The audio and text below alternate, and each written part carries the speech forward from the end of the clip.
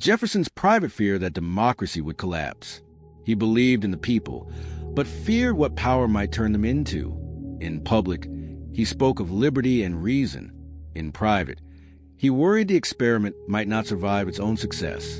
To understand Thomas Jefferson's presidency, we have to look past the marble monuments and famous phrases.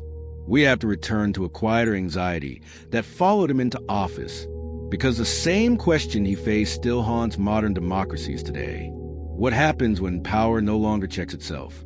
At the turn of the 19th century, the United States was still an unproven idea. The Constitution was young, the nation was fragile, and democracy as a system had very few examples to learn from. Most of the world still believed republics were temporary mistakes, doomed to collapse into chaos or tyranny. Jefferson knew this history well. He had studied the rise and fall of ancient republics. He had watched revolutions devour their own ideals. And yet, he had helped design a system that placed unprecedented trust in ordinary citizens. It was a bold gamble, one he privately feared might fail.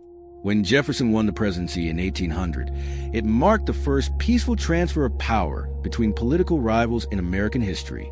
On the surface, it looked like a triumph, proof that democracy worked.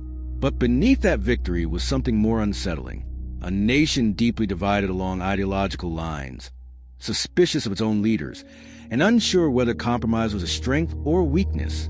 Jefferson entered office promising restraint, smaller government, fewer entanglements, less centralized authority. He believed the presidency should be modest, almost invisible. But almost immediately, reality began to test those ideals.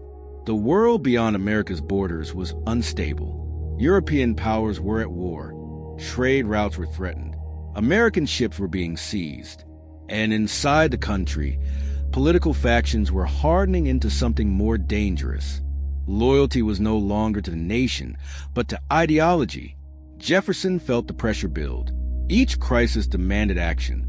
Each action required power, and each use of power chipped away at the very principles he claimed to defend. This was the private fear Jefferson rarely voiced aloud, that democracy, once given power, might never willingly give it back, and that even leaders who meant well could become the very thing they opposed. The presidency was about to force him to choose between belief and survival, and democracy itself hung in the balance. That balance did not remain theoretical for long. Events moved faster than philosophy ever could.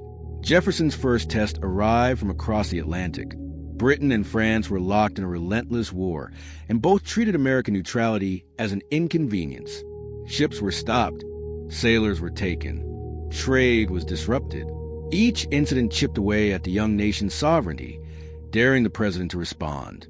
Jefferson hated the options before him. War required armies, taxes, and centralized authority. Exactly what he feared most. Submission would signal weakness and invite more abuse.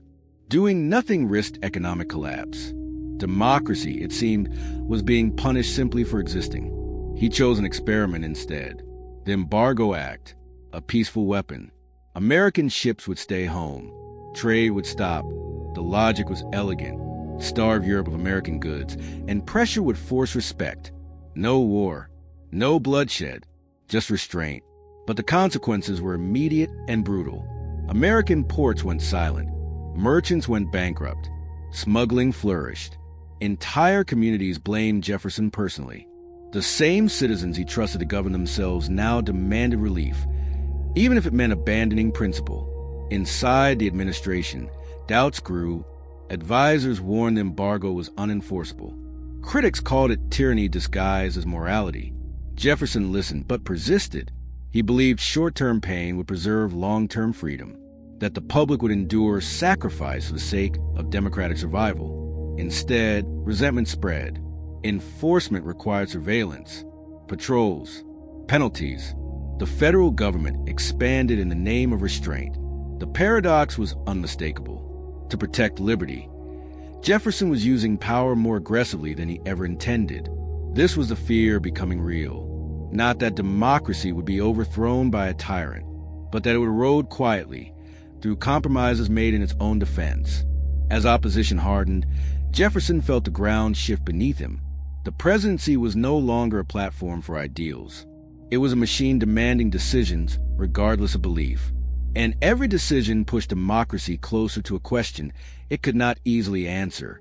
How much power could survive in the hands of those trying to save it? The pressure reached its peak as the embargo dragged on. What began as a principled stand turned into a national fracture.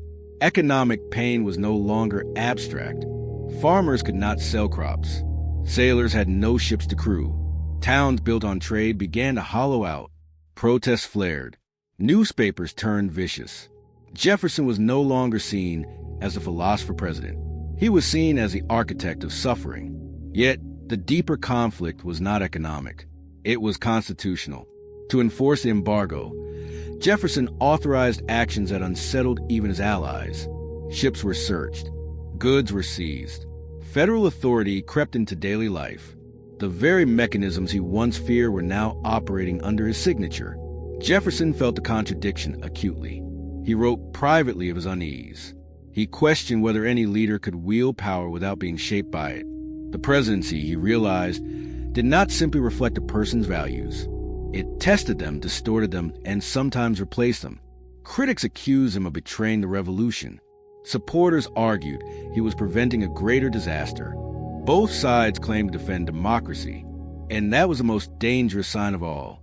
When everyone believes they are protecting freedom, freedom itself becomes fragile. As months passed, it became clear the embargo was failing.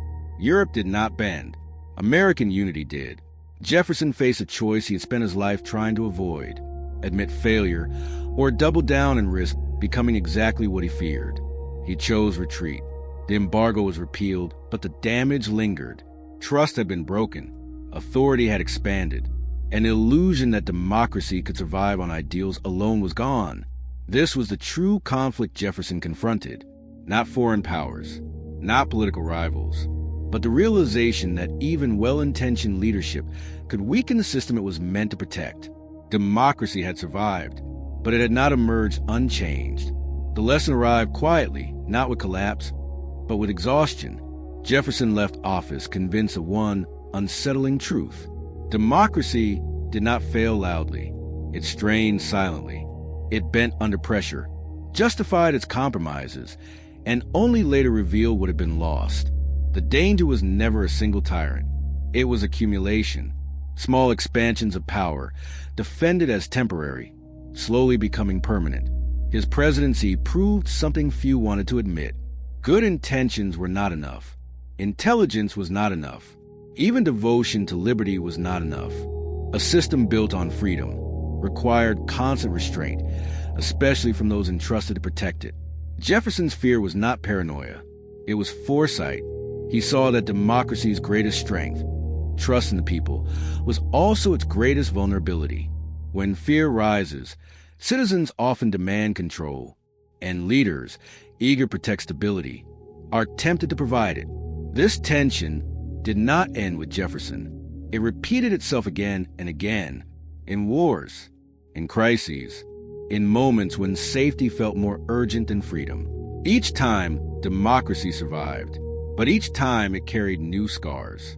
What makes Jefferson's story enduring is not failure, but honesty. He confronted the limits of his own philosophy. He stepped back when power grew too heavy. And in doing so, he reminded future leaders that stepping away can be as important as stepping forward. Democracy did not collapse under Jefferson, but it revealed how easily it could. Sometimes the smallest shift in perspective becomes the beginning of a new future.